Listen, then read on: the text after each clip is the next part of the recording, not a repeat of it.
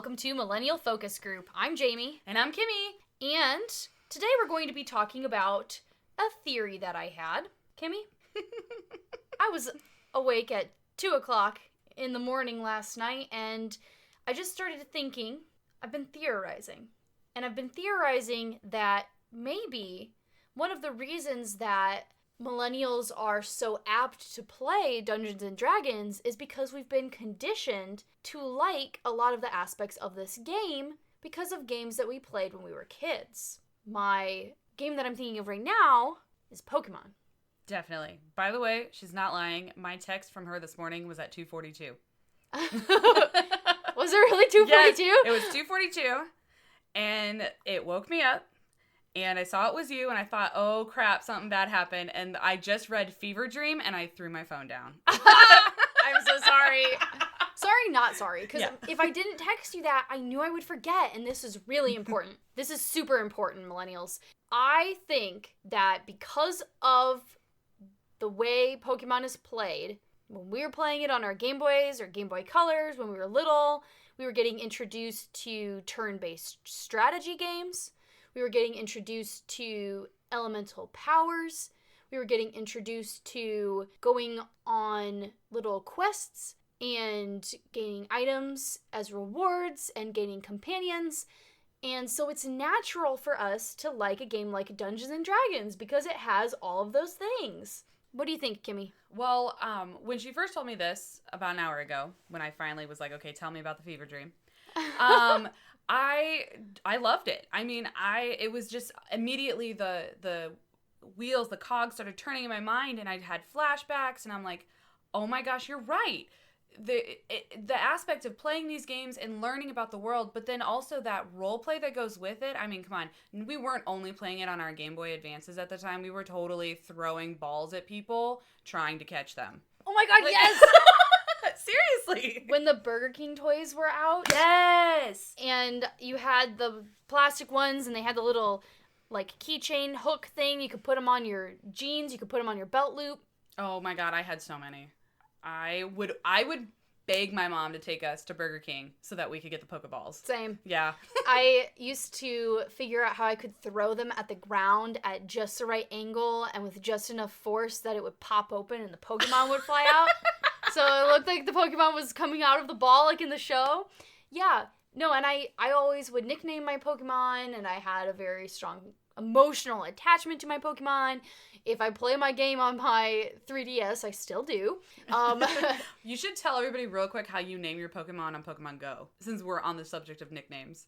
Oh, so I actually can't take credit for this idea. I stole it from a friend, but I thought it was hilarious. And I just swipe my finger across the screen, and then whatever the auto-suggested word is what I name my Pokemon for Pokemon Go. Her parties are amazing. Well, normally when I play a Pokemon game, I try to choose a theme, but that's not what I did when I was little. When I was little, I would just name them whatever made sense to me, and whatever, like, I would name a pet if I had that Pokemon as a pet. Mm-hmm. And it really was an immersive world with good storytelling, great world building. It was something that could carry us away, but it was still a video game. Yes. So it still had its own mechanics. It had an element of strategy, although when I was little, I just wanted, to use the Pokemon that I thought were cool and use the moves that would work the best or whatever. But as I got older, I continued to explore different strategies, and I think that there are probably other games out there that have helped us as, in our generation to become more adept at strategy games and role-playing games and things like that. I mean, there are so many to be mentioned, but I really think there are some stark similarities between Pokemon and Dungeons and Dragons, and I've never heard anybody talk about this connection before. So let's do some comparing. Okay, that sounds good. So I know that you said that you have some ideas that you want to talk about, but the first thing that we should probably get out of the way that is the most obvious is that a lot of the Pokemon moves are very similar to spells that you can learn. Oh, yeah. Definitely. And not just like wizard spells, like spells that you can learn from many different classes that you can play in D&D. So we have some basic ones, and there are so many more. Please tell us if you know a Pokemon move that you're like, oh my god, now that you mention it, that's totally this spell. Because we'd love to hear more examples. But we just wrote down some of the more obvious or some of the more interesting ones. So you have your elemental types, like the move in Pokemon Acid or Toxic could be equal to Acid Splash in D&D. Moves like Thunderbolt are Call Lightning in D&D. Moves like Frost Breath equals Cone of Cold. Earthquake is Earthquake. Yeah, duh. Same thing, yeah. But you also have Firebolt is Firebolt, duh. You have Gust and Whirlwind are similar to Gust of Wind in D&D. So Gust is more of a damage dealing move in Pokemon, and Whirlwind causes Pokemon to be swept away and you have to replace them with a new Pokemon in your party. But Gust of Wind will physically move a person in Dungeons & Dragons and also can cause damage. So it's kind of both of those. Fly is Fly. But there are some other moves that are a little bit less expected. So in Pokemon, there's a move called Helping Hand, where if you have two Pokemon out in like a double battle at the same time, they can help like boost each other's stats a little bit, which is similar to the spell Aid in D&D, which I've never even used before. Because I usually pick damage dealing spells. You don't pick a lot of support spells. Right. There are moves like Growl, that are equal to the spell Bane in Dungeons & Dragons. Basically, it just makes it more difficult for the other person to want to attack you.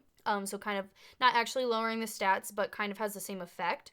You have the move Agility, which just, causes you to increase your speed stat, which is similar to the move Blur. Or the spell, I should say, Blur, in Dungeons & Dragons. They're moves in D&D, guys. We're going to coin that term. Yeah. Harden is Barkskin. Oh, duh. Just straight up. You have Charm, which is Charm Person or Calm Emotions in Dungeons & Dragons. And then Kimmy pointed out, like, one that I hadn't even thought of. Oh, yeah. So Sunny Day or Hail in Pokemon, that's able to control the weather. That's literally a spell in D&D is Control Weather. So they just kind of split it up in Pokemon, but it's still an ability or a power in D&D. Yeah. And then, of course, you have moves like Wrap is equivalent to Entangle or Hold Person. Confuse Ray is the same as Confusion in Dungeons & Dragons. There's a move in Pokemon called Counter, which prevents a Pokemon from their move being effective on you, which is the same as Counter Spell.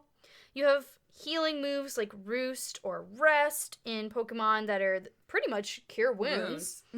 You have Nightmare, which is like Dream in Dungeons & Dragons. And I totally forgot about the spell Dream. You can like cause people psychic damage in their sleep by giving them a nightmare, which is pretty dark. Sing is the same as Sleep because it literally puts people to sleep.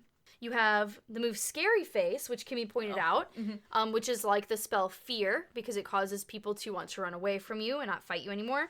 And then you also have Ditto's Transform ability, which is like true polymorph because when Ditto transforms, he gains the abilities of that Pokemon, just like if you do true polymorph self, then you gain the abilities of whatever creature you are polymorphing into. So the connections between the Pokemon movesets and the spells that you can learn in Dungeons & Dragons are pretty spot on. And I don't know if that says something about our culture or if it just says something about spells in general, but it's pretty interesting. So if there are any others that you know of that have a pretty clear connection, please let us know in the comments because we'd be super interested in hearing that. Definitely. Now, that's the obvious connection between Pokemon and D&D. But what are some of the other connections that make them similar or that may have conditioned us as children to be more interested in a role-playing game like Dungeons & Dragons? So, like, one of the first things that came to mind to me after spells, because obviously, like we said, that's the obvious one. The biggest thing that came to me was Pokemon kind of conditioned us and trained us to explore. It trained us that in this world, you need to seek out every little thing because you're going to find little treasures or you're going to find something that's going to help you advance into the story. You're going to meet characters or even just side characters that are like little blips, little NPCs that are funny. But Pokemon wasn't just this, like side-scrolling game. It wasn't just something where you wanted to go from point A to point B. It was a world to explore. And I think through the games, it conditioned us that when we started playing these roleplay games in a world, we wanted to check every room out. We wanted to talk to every NPC we came across. We wanted to loot every dead body. As horrific as that is, but it's true. It kind of ingrained in us that this is a world to explore. Don't pass any opportunity up. That is a really fantastic point. Yeah, you get that gratification of finding things. Mm-hmm. It's like a giant game of hide and seek. You're looking for an item in the tall grass, or you talk to this NPC and they'll give you the fishing rod or something like that. Even looking in the trash cans in Pokemon, you get so used to it that in the newer games, they even, like, make a joke out of it. Like, when you look in a trash can, the text that pops up says, why would anybody put anything valuable in here? Yeah, exactly. Like, the game makers knew that we were doing it, so they made fun of us for it. And yeah, we totally do that in D&D too. We want to explore everything because you never know when there might be a reward or something. Mm-hmm, exactly. And just being immersed in that whole world, and you naturally want to do it. You're not naturally trying to bulldoze your way through. I think Pokemon really ingrained that in us as younger kids. Yeah, because you also have to find certain things in order to progress through the game. Exactly. Like you said, you can't just bulldoze your way through. That's interesting. So you had to go take care of this thing so that you could meet this person who would give you HM01 so that you could go to this new location. And that's totally the progression of, like, side quests or the progression of a quest in D&D that can help you accomplish your goals. Yeah, it's like you have to get as much ash as you possibly can to turn it into a Pokeflute so that you can wake Snorlax up. Like, it's just, like, one thing after another throughout these games, and it just, I don't think D&D would have been so much fun if, at first, we just didn't naturally want to explore. That's a really good point. Mm-hmm. Another thing that I kind of mentioned already was that it's a turn-based strategy game, which in D&D, all combat has to be turn-based. You roll initiative. So the idea that while in real life these things would be happening simultaneously makes more sense to us to have to wait and have to go in an initiative order when we're playing D&D because we're used to these turn-based games. And obviously there are a lot of turn-based strategy games, but I don't know about you, the first one that I ever played was definitely Pokemon. Oh yeah, no, hands down. And to this day, probably one of the only turn-based strategy games that I still play on a consistent basis. Same here. I think Pokemon was one of those games that became really popular with our generation specifically. I was born in we were both born in the early 90s. Yep. So that even though millennials can be a little bit older than our age group, Pokemon was really popular with our age group specifically and is still popular to this day.